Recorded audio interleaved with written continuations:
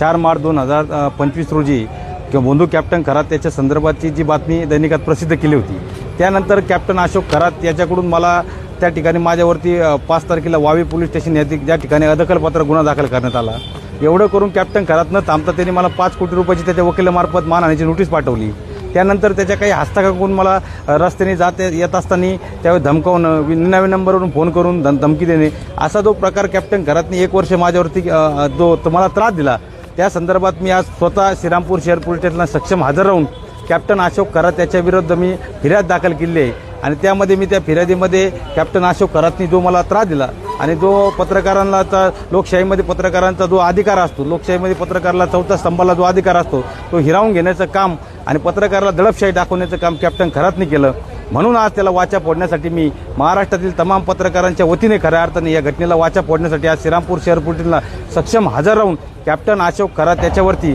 महाराष्ट्र पत्रकार संरक्षण कायदा व विविध कलमान्वये या ठिकाणी मी गुन्हा दाखल केलेला आहे। काय मागणी आहे?